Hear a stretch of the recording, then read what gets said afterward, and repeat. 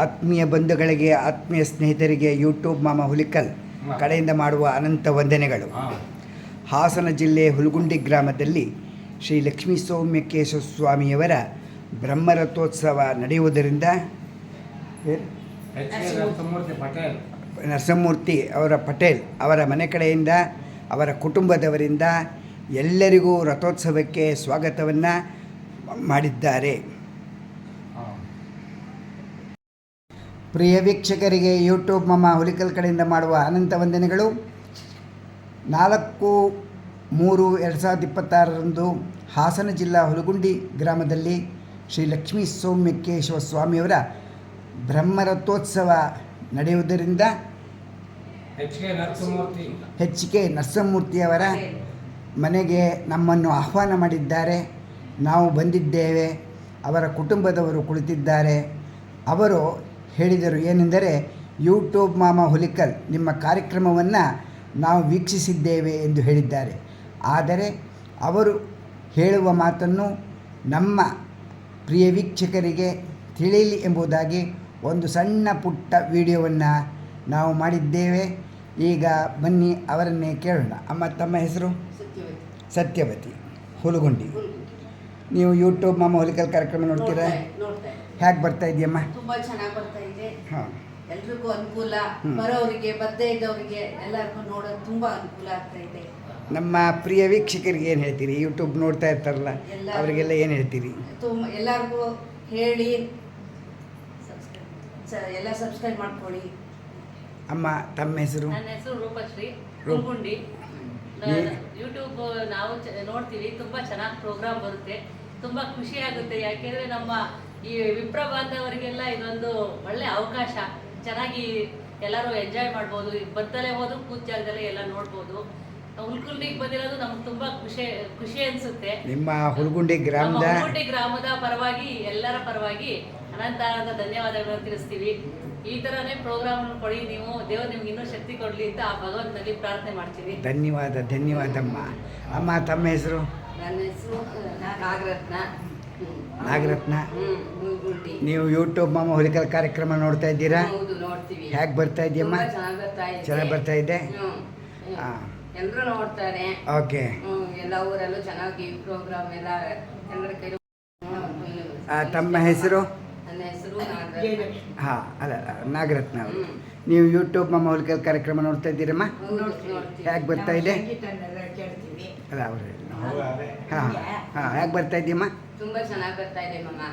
ಎಲ್ಲರೂ ನೋಡ್ತಾರೆ. ಎಲ್ಲ ರಥೋತ್ಸವಗಳಲ್ಲೂ ನೀವು ನೋಡ್ತೀವಿ ಎಲ್ಲ ಕಡೆಯಲ್ಲೂ. ನೀವು ಯಾವ ಕಡೆ ಕಾರ್ಯಕ್ರಮ ನೋಡಿದ್ರಿ? ನಾವು ಮಾದಿಹಳ್ಳಿ ನೋಡಿದ್ದೀವಿ. ಮಾದಿಹಳ್ಳಿ, ಬೈಲಹಳ್ಳಿ, ಉಗನೆ ಎಲ್ಲ ಕಡೆ ನೋಡಿದ್ದೀವಿ. ಚೆನ್ನಾಗಿ ಬರ್ತಾ ಇದೆ ಅಂತ ಬರ್ತಾ ಇದೆ ಮಾಮ. ಸಂತೋಷ ಆಯಿತು. ಅಮ್ಮ, ನೀವು ಯೂಟ್ಯೂಬ್ ಮಾಮ ಹುಲಿಕಲ್ ಕಾರ್ಯಕ್ರಮ ನೋಡಿದ್ದೀರಾ? ಇಲ್ಲ.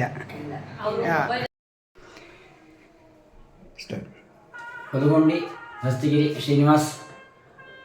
ಪ್ರಹ್ಲಾದ ಪುರಾಣ ಪ್ರವಚನ.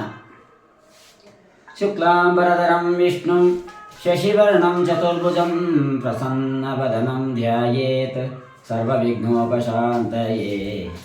ಸತ್ಯಜ್ಞಾನಸುಖಸ್ವರೂಪಮಮಲಂ ಕ್ಷೀರಾಬ್ಧಿಮಧ್ಯೆ ಸ್ಥಿತಂ ಯೋಗಾರೂಢಮತಿಪ್ರಸನ್ನವದನಂ ಭೂಷಾ ಸಹಸ್ರೋಜ್ವಲಂ ಚಕ್ರಂ ತಕ್ಷಪಿನಾಕಸಾಭಯಕರಾನ್ ಬಿಭ್ರಾಣಮರ್ಕಚ್ಚವಿಂ ಛತ್ರೀಭೂತಪಣೀಂದ್ರಮಿಂದುಧವಳಂ ಲಕ್ಷ್ಮೀನೃಸಿಂಹಂ ಭಜೆ. ಕೃತಯುಗದಲ್ಲಿ ಒಂದು ಸಲ ಬ್ರಹ್ಮ ಮಾನಸ ಪುತ್ರರಾದಂತಹ ಸನಕ ಸನಂದಾದಿಗಳು ಮೂರೂ ಲೋಕಗಳಲ್ಲೂ ಸಂಚರಿಸುತ್ತಾ ಶ್ರೀಮನ್ನಾರಾಯಣನ ದರ್ಶನಕ್ಕೆಂದು ವೈಕುಂಠ ಲೋಕಕ್ಕೆ ತೆರಳಿದರು. ದ್ವಾರಪಾಲಕರಾದಂತಹ ಜಯ ವಿಜಯರು ಅವರು ಸಾಮಾನ್ಯ ಬಾಲಕರು ಎಂದು ತಿಳಿದು ಅವರನ್ನು ಒಳಗೆ ಹೋಗದಂತೆ ತಡೆದು ಶ್ರೀಮನ್ನಾರಾಯಣನ ದರ್ಶನಕ್ಕೆ ಅಡ್ಡಿಪಡಿಸಿದರು. ಇದರಿಂದ ಕೋಪಗೊಂಡಂತಹ ಸನಕ ಸನಂದಾದಿಗಳು ದ್ವಾರಪಾಲಕರನ್ನು ಕುರಿತು, ಎಲೈ ಮೂರ್ಖರೇ, ಭಗವಾನ್ ವಿಷ್ಣುವಿನ ಪಾದಮೂಲವು ರಜೋಗುಣ ತಮೋಗುಣದಿಂದ ರಹಿತವಾದುದು. ವೈಕುಂಠ ಲೋಕವು ಪರಮ ಪವಿತ್ರವಾದಂತಹ ಧಾಮವಾಗಿದೆ. ನೀವು ಇಲ್ಲಿ ವಾಸ ಮಾಡಲು ಯೋಗ್ಯರಲ್ಲ. ನೀವು ಇಲ್ಲಿಂದ ಹೋಗಿ ರಾಕ್ಷಸರಾಗಿ ಹುಟ್ಟಿ ಎಂದು ಶಾಪವನ್ನು ಕೊಟ್ಟರು.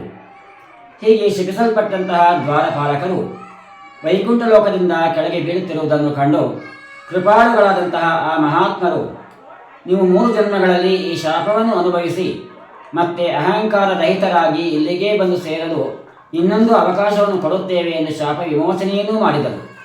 ಅದರ ಪರಿಣಾಮವಾಗಿ ಮೊದಲನೇ ಜನ್ಮದಲ್ಲಿ ಅವರು ಅದಿತಿದೇವಿಯ ಪುತ್ರರಾಗಿ ಹಿರಣ್ಯಕಶಿಪು ಹಿರಣ್ಯಾಕ್ಷರಾಗಿ ಜನ್ಮ ತಾಳಿದರು. ಆಗ ಮಹಾವಿಷ್ಣುವು ನರಸಿಂಹ ಅವತಾರವನ್ನು ತಾಳಿ ಹಿರಣ್ಯಕಶಿಪುವನ್ನು, ವರಾಹ ಅವತಾರವನ್ನು ತಾಳಿ ಹಿರಣ್ಯಾಕ್ಷನನ್ನು ಸಂಹಾರ ಮಾಡಿದನು. 2ನೇ ಜನ್ಮದಲ್ಲಿ ಅವರು ಕೈಕಸಯ ಮೋಹದ ತನೆಯರಾಗಿ ರಾವಣ ಕುಂಭಕರ್ಣರಾಗಿ ಜನ್ಮ ತಾಳಿದರು. ಆಗ ಮಹಾವಿಷ್ಣುವು ರಾಮಾವತಾರವನ್ನು ತಾಳಿ ಅವರನ್ನು ಸಂಹಾರ ಮಾಡಿದನು. 3ನೇ ಜನ್ಮದಲ್ಲಿ ಅವರು ಶ್ರೀಕೃಷ್ಣನ ಚಿಕ್ಕ ತಾಯಿಯಾದ ಶುದ್ಧಶ್ರವೆಯಲ್ಲಿ ಶಿಶುಪಾಲ ದಂತವಕ್ರರಾಗಿ ಜನ್ಮ ತಾಳಿದರು. ಆಗ ಮಹಾವಿಷ್ಣುವು ಕೃಷ್ಣಾವತಾರವನ್ನು ತಾಳಿ ಅವರನ್ನು ಸಂಹಾರ ಮಾಡಿದನು. 1ನೇ ಜನ್ಮದಲ್ಲಿ ಅವರು ಹಿರಣ್ಯಕಶಿಪು ಹಿರಣ್ಯಾಕ್ಷರಾಗಿ ಜನ್ಮ ತಾಳಿದರು. ಆಗ ದೈತ್ಯರಾದ ಹಿರಣ್ಯಾಕ್ಷನು ಭೂದೇವಿಯನ್ನು ಅಪಹರಿಸಿ ರಸಾತಳದಲ್ಲಿ ಬಚ್ಚಿಟ್ಟಿದ್ದನು. ಮಹಾವಿಷ್ಣುವು ವರಾಹಾವತಾರವನ್ನು ತಾಳಿ ಹಿರಣ್ಯಾಕ್ಷನನ್ನು ಸಂಹಾರ ಮಾಡಿ ಭೂದೇವಿಯನ್ನು ಉದ್ಧರಿಸಿದನು. ಭ್ರಾತರ್ಯೇದಂ ವಿನಿಯತೆ ಹರಿಣಾ ಕ್ರೋಧಮೂರ್ತಿನ ಹಿರಣ್ಯಕಶಿಪೋ ರಾಜನ್ ಪರ್ಯತಪ್ಯದೃಶಾಶುಚ. ತನ್ನ ತಮ್ಮನು ಈ ವಿಧವಾಗಿ ವಿಷ್ಣುವಿನಿಂದ ಕೊಲ್ಲಲ್ಪಟ್ಟಾಗ ಹಿರಣ್ಯಕಶಿಪು ಕ್ರೋಧದಿಂದ ಸಿಡಿದದ್ದು ಶೋಕದಿಂದ ಸಂತಪ್ತನಾದನು. ಸಿಟ್ಟಿನಿಂದ ನಡುಗುತ್ತಾ ಉರಿಯುವ ಕಣ್ಣುಗಳ ಹೊಗೆಯಿಂದ ಬೂದು ಬಣ್ಣದಿಂದ ಕೂಡಿದ ಆಕಾಶದ ಕಡೆಗೆ ನೋಡುತ್ತಾ ಉಗ್ರವಾದ ದೃಷ್ಟಿಯಿಂದ ಹಾಗೂ ಗಂಟು ಕಟ್ಟಿದ ಹುಬ್ಬುಗಳಿಂದ ಕೂಡಿದ ಅವನ ಮುಖವನ್ನು ನೋಡಲಾಗುತ್ತಿರಲಿಲ್ಲ. ತುಂಬಿದ ಸಭೆಯಲ್ಲಿ ತ್ರಿಶೂಲವನ್ನೆತ್ತಿಕೊಂಡು ದೈತ್ಯ ದಾನವರನ್ನು ಕುರಿತು, ಎಳೈ ದೈತ್ಯ ದಾನವರೇ, ನೀವೆಲ್ಲರೂ ನನ್ನ ಮಾತನ್ನು ಕೇಳಿ ಅನಂತರ ನಾನು ಹೇಳಿದಂತೆಯೇ ಮಾಡಿ. ಕ್ಷುದ್ರರಾದ ನನ್ನ ಶತ್ರುಗಳು ನನ್ನ ಪರಮಪ್ರಿಯನೂ ಹಿತೈಷಿಯೂ ಆದಂತಹ ನನ್ನ ತಮ್ಮನನ್ನು ವಿಷ್ಣುವಿನಿಂದ ಕೊಲ್ಲಿಸಿರುವುದು ನಿಮಗೆಲ್ಲ ತಿಳಿದಿದೆ. ಆ ವಿಷ್ಣುವು ದೇವತೆಗಳಿಗೂ ದೈತ್ಯರಿಗೂ ಸಮಾನನಾಗಿದ್ದರೂ ಕೂಡ ದೇವತೆಗಳು ಮಹಾಪ್ರಯತ್ನ ಮಾಡಿ ಆತನನ್ನು ತಮ್ಮ ಪಕ್ಷದವನನ್ನಾಗಿಸಿಕೊಂಡರು. ಆ ವಿಷ್ಣು ಮೊದಲು ತುಂಬ ಶುದ್ಧನೂ ಪಕ್ಷಪಾತರಹಿತನೂ ಆಗಿದ್ದನು. ಆದರೆ ಈಗ ಮಾಯೆಯಿಂದ ವರಾಹವೇ ಮೊದಲಾದ ರೂಪಗಳನ್ನು ಧರಿಸತೊಡಗಿರುವನು. ತನ್ನ ಸ್ವಭಾವದಿಂದ ಚ್ಯುತನಾಗಿದ್ದಾನೆ. ಮಕ್ಕಳಂತೆ ಅವನ ಸೇವೆ ಮಾಡುವವರ ಕಡೆಗೆ ಹೋಗುತ್ತಾನೆ. ಈಗ ಅವನ ಚಿತ್ತವು ಸ್ಥಿರವಾಗಿಲ್ಲ. ನಾನು ನನ್ನ ಶೂಲದಿಂದ ಅವನನ್ನು ಕೊಂದು ನನ್ನ ತಮ್ಮನಿಗೆ ತರ್ಪಣವನ್ನು ಕೊಡುವೆನು. ಅದರಿಂದ ನೀವೆಲ್ಲರೂ ಈಗಲೇ ಹೋಗಿ, ಬ್ರಾಹ್ಮಣರು ಕ್ಷತ್ರಿಯರ ಸಂಖ್ಯೆ ತುಂಬ ಬೆಳೆದಿದೆ, ಅಲ್ಲಿ ಯಜ್ಞ ತಪಸ್ಸು ದಾನ ವ್ರತ ಮುಂತಾದ ಶುಭ ಕರ್ಮಗಳನ್ನು ಮಾಡುತ್ತಿರುವವರನ್ನು ಕೊಂದು ಹಾಕಿ. ಬ್ರಾಹ್ಮಣರು ಮಾಡುವ ಯಜ್ಞ ಧರ್ಮಗಳೇ ವಿಷ್ಣುವಿಗೆ ಮೂಲವಾಗಿದೆ. ಯಜ್ಞ ಮತ್ತು ಧರ್ಮವೇ ಅವನ ಸ್ವರೂಪವಾಗಿದೆ. ಆದ್ದರಿಂದಲೇ ಗೋವುಗಳು ಬ್ರಾಹ್ಮಣರು ವೇದಗಳು ಎಲ್ಲೆಲ್ಲಿರುವವೋ ಅವೆಲ್ಲವನ್ನು ಹಾಳು ಮಾಡಿ ಸುಟ್ಟು ಹಾಕಿ ಎಂದು ಆಜ್ಞೆ ಮಾಡಿದನು. ದೈತ್ಯರಾದರೂ ಸ್ವಭಾವದಿಂದಲೇ ಬೇರೆಯವರಿಗೆ ಕಷ್ಟ ಕೊಟ್ಟು ಅದರಿಂದ ಸಂತೋಷ ಪಡುವವರು ಹಿರಣ್ಯಕಶಿಪುವಿನ ಆದೇಶವನ್ನು ತಲೆಬಾಗಿ ಆದರದಿಂದ ಸ್ವೀಕರಿಸಿ ಅದರಂತೆ ಜನತೆಯನ್ನು ನಾಶಪಡಿಸತೊಡಗಿದರು. ನಗರಗಳನ್ನು, ಹಳ್ಳಿಗಳನ್ನು, ಹಸುಗಳ ಹಟ್ಟಿಗಳನ್ನು, ಹೊಲ ಗದ್ದೆಗಳನ್ನು, ತೋಟಗಳನ್ನು, ವಿಹಾರ ಸ್ಥಳಗಳನ್ನು, ಋಷಿಗಳ ಆಶ್ರಮಗಳನ್ನು, ರೈತರ ವಾಸಸ್ಥಾನಗಳನ್ನು, ಶ್ರೀಮಂತರ ಬಡಾವಣೆಗಳನ್ನು, ವ್ಯಾಪಾರ ಕೇಂದ್ರಗಳನ್ನು ಸುಟ್ಟು ಹಾಕಿದರು. ಮತ್ತೆ ಕೆಲವರು ಕೊಡಲಿಯಿಂದ ಹೂವು ಹಣ್ಣು ಬಿಟ್ಟಿದ್ದ ಸೊಂಪಾಗಿ ಬೆಳೆದ ಮರಗಳನ್ನು ಕಡಿದು ಹಾಕಿದರು. ಮತ್ತೆ ಕೆಲವರು ಉರಿಯುವ ಕೊಳ್ಳಿಗಳಿಂದ ಜನರ ಮನೆಗಳಿಗೆ ಬೆಂಕಿ ಇಟ್ಟರು. ಹೀಗೆ ದೈತ್ಯರು ನಿರಪರಾಧಿಗಳಾದ ಜನರಿಗೆ ಬಹಳವಾಗಿ ಪೀಡೆಯನ್ನು ಕೊಡತೊಡಗಿದರು. ಏವಂ ವಿಪ್ರಕೃತೈ ಲೋಕೆ ದೈತ್ಯೇಂದ್ರಾನುಚರೈರ್ಮೋಹ ದಿವಂ ದೇವಾ ಪರಿತ್ಯಜ್ಯ ಭುವಿ ಚೇರುರಕ್ಷಿತಃ. ಹೀಗೆ ದೈತ್ಯರು ನಿರಪರಾಧಿಗಳಾದ ಜನರಿಗೆ ತುಂಬ ಪೀಡೆಯನ್ನು ಕೊಡತೊಡಗಿದರು. ಆಗ ದೇವತೆಗಳು ಸ್ವರ್ಗವನ್ನು ಬಿಟ್ಟು ಮಾರುವೇಷ ಧರಿಸಿಕೊಂಡು ಭೂಮಿಯಲ್ಲಿ ಅಡಗಿಕೊಂಡು ಸಂಚರಿಸುತ್ತಿದ್ದರು.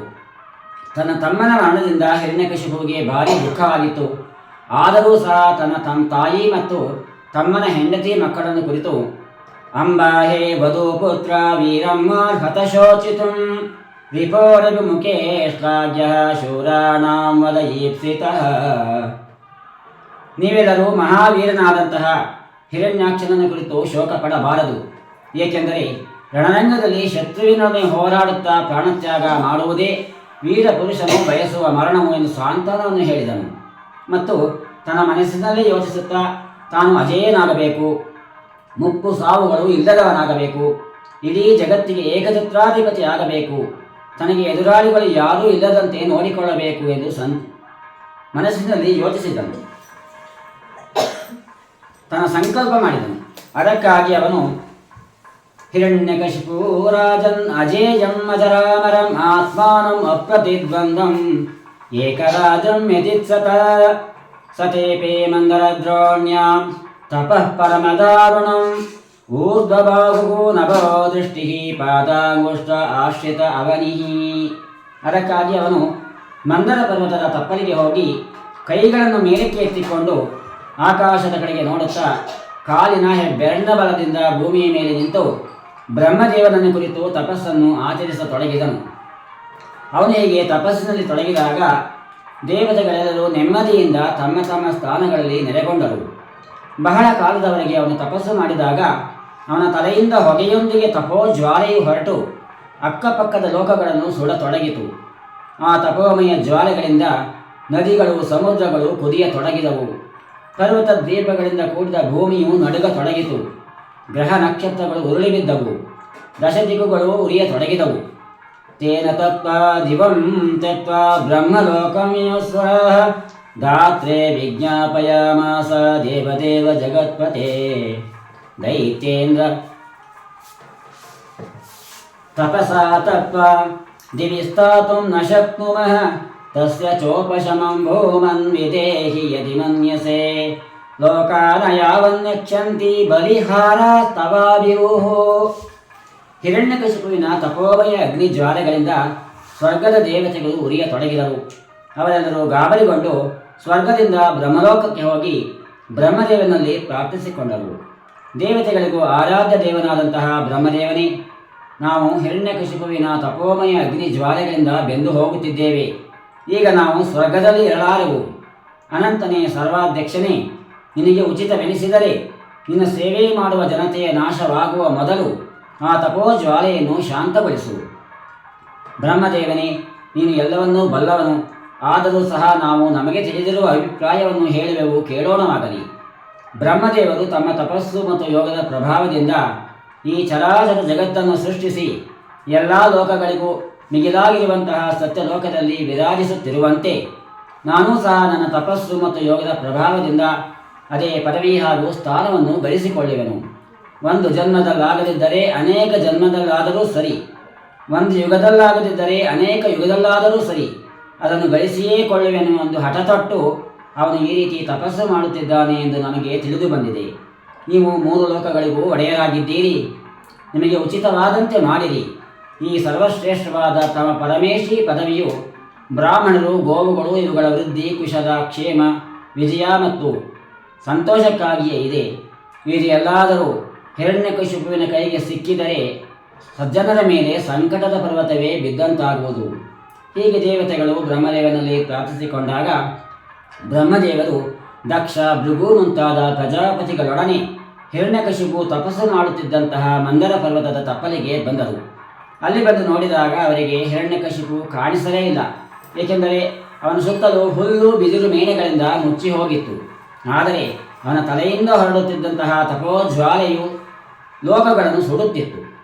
ಅದನ್ನು ನೋಡಿ ಬ್ರಹ್ಮದೇವನು ಕೂಡ ಒಂದು ಕ್ಷಣ ವಿಸ್ಮಿತನಾಗಿ ನಗುತ್ತಾ ಇಂತೆಂದನು: ಉತ್ತಿಷ್ಟೋತ್ತಿಷ್ಟ ಭದ್ರಂತೆ ತಪಃ ಸಿದ್ಧೋಸಿ ಕಾಶ್ಯಪ ವರದೋಹಮನುಪ್ರಾಪ್ತೋ ಪ್ರಿಯತಾಮೀಪ್ಸಿತೋ ವರಃ ವ್ಯವಸಾಯೇನ ತೇನೇನ ದುಷ್ಕರೇಣ ಮನಸ್ವಿನಾಂ ತಪೋನಿಷ್ಠೇನ ಭವತ ಜಿತೋಹಂ ದಿತಿನಂದರ ತತಸ್ಥ ಆಶಿಷ ಸರ್ವಾದರಾಮ್ಯ ಸುರಪುಂಗವ ಮರ್ತ್ಯಸ್ಯ ತೇ ಅಮರ್ತಸ್ಯ ದರ್ಶನಂ ನ ಫಲಂ ಮಮ.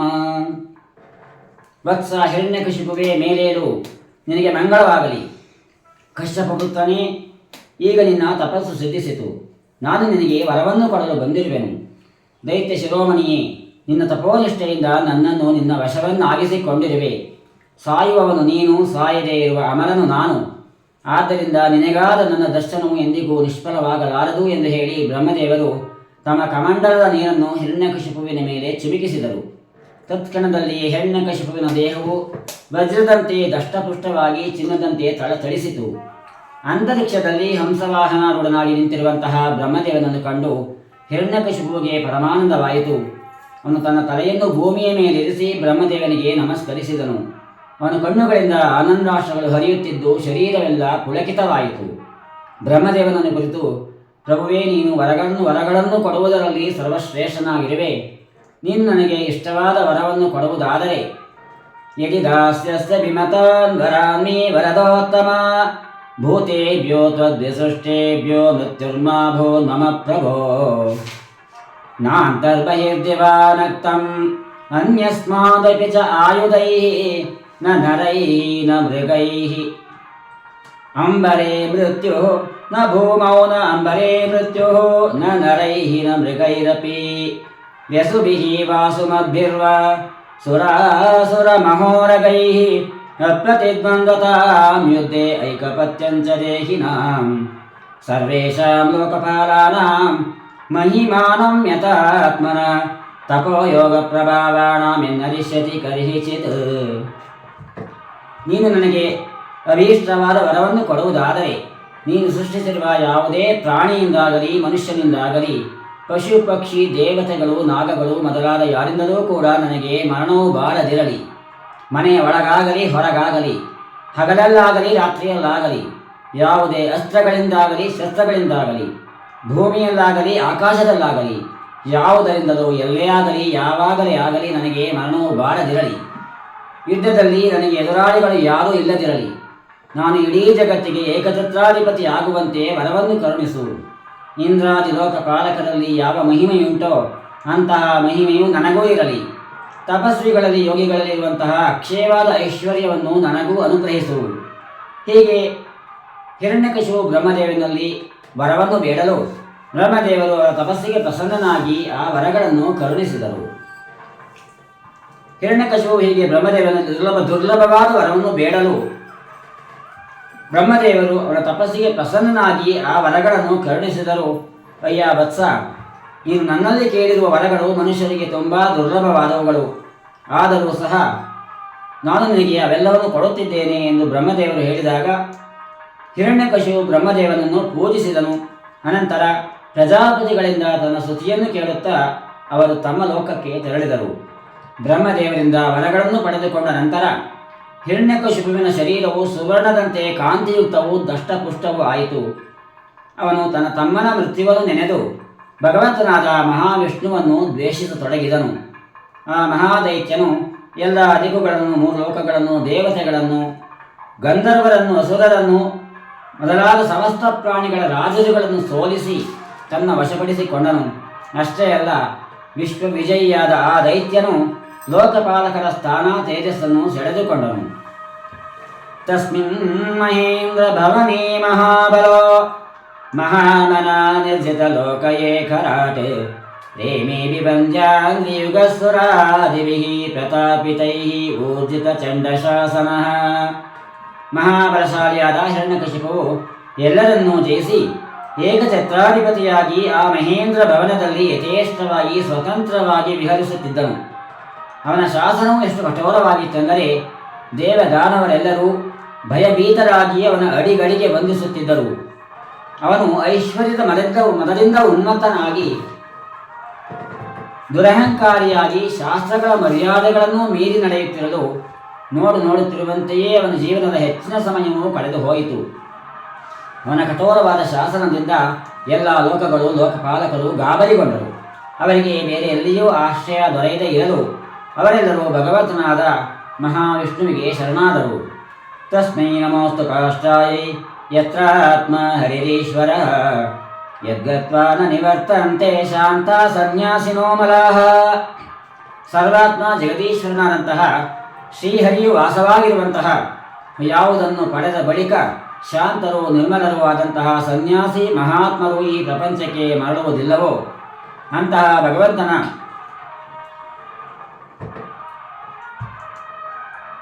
ಪರಂಧಾಮಕ್ಕೆ ನಾವು ನಮಸ್ಕರಿಸುತ್ತೇವೆ ಎಂದು ಆ ದೇವತೆಗಳು ತಮ್ಮ ಇಂದ್ರಿಯಗಳನ್ನು ಸಂಯಮನ ಮಾಡಿಕೊಂಡು ಮನಸ್ಸನ್ನು ಏಕಾಗ್ರಗೊಳಿಸಿ ನಿದ್ರಾಹಾರಗಳನ್ನು ತೊರೆದು ನಿರ್ಮಲವಾದ ಹೃದಯದಿಂದ ಭಗವಂತನನ್ನು ಆರಾಧಿಸತೊಡಗಿದರು.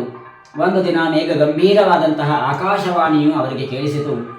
ಆ ಧ್ವನಿಯಿಂದ ಎಲ್ಲ ದಿಕ್ಕುಗಳು ಪ್ರತಿಧ್ವನಿಸಿದವು. ಸಾಧುಗಳಿಗೆ ಅಭಯವನ್ನಿಡುವಂತಹ ಆ ಆಕಾಶವಾಣಿಯು ಹೀಗಿತ್ತು: ಮಾ ವೈಷ್ಟ ವಿಭುಧಶ್ರೇಷ್ಠ ಸರ್ವೇಷಾಂ ಭದ್ರಮಸ್ತು ವಃ ಮದ್ದರ್ಶನಂ ಹಿ ಭೂತಾನಾಂ ಸರ್ವಶ್ರೇಯೋಪಪತ್ತಯೇ. ಶ್ರೇಷ್ಠ ದೇವತೆಗಳೆಲ್ಲ ಹೆದರಬೇಡಿರಿ, ನಿಮಗೆಲ್ಲರಿಗೂ ಮಂಗಳ ಉಂಟಾಗಲಿ. ನನ್ನ ದರ್ಶನದಿಂದ ಪ್ರಾಣಿಗಳಿಗೆ ಪರಮ ಕಲ್ಯಾಣವು ದೊರೆಯುತ್ತದೆ. ಈ ದೈತ್ಯ ಅಧಮನ ದುಷ್ಟತನವು ನನಗೆ ಮೊದಲಿಂದಲೂ ತಿಳಿದಿದೆ. ನಾನು ಇವನನ್ನು ಸಂಹಾರ ಮಾಡುವೆನು. ಇನ್ನು ಕೆಲವು ದಿನಗಳವರೆಗೆ ನೀವು ಕಾಯುತ್ತೀರಿ. ಯದಾ ದೇವೇಶು ವೇದೇಶು ಗೋಷು ವಿಪ್ರೇಷು ಸಾಧುಷು ಧರ್ಮೇ ಚ ಮಯಿ ವಿದ್ವೇಷಃ ಸವಾಶು ವಿನಶ್ಯತಿ ನಿರ್ವೈರಾಯ ಪ್ರಶಾಂತಾಯ ಸ್ವಸುತಾಯ ಮಹಾತ್ಮನೇ ಪ್ರಹ್ಲಾದಾಯ ಯದಾ ದುಃಖೇತ್ ಹನಿಷ್ಯೇಪಿ ವರೋಜ್ಜಿತಂ. ಯಾವುದೇ ಮನುಷ್ಯನು ದೇವತೆ, ವೇದ, ಗೋವು, ಬ್ರಾಹ್ಮಣ, ಸಾಧುಗಳು, ಧರ್ಮ ಇವುಗಳನ್ನು ಮತ್ತು ನನ್ನನ್ನು ದ್ವೇಷಿಸತೊಡಗಿದಾಗ ಬೇಗನೆ ಅವನ ವಿನಾಶವಾಗುತ್ತದೆ.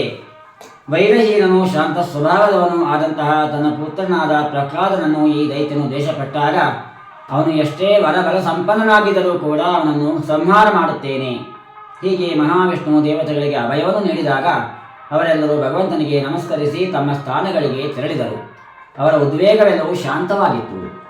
ದೈತ್ಯರಾಜನಾದ ಹಿರಣ್ಯಕಶಿಪುವಿಗೆ 4 ಪುತ್ರರಿದ್ದರು.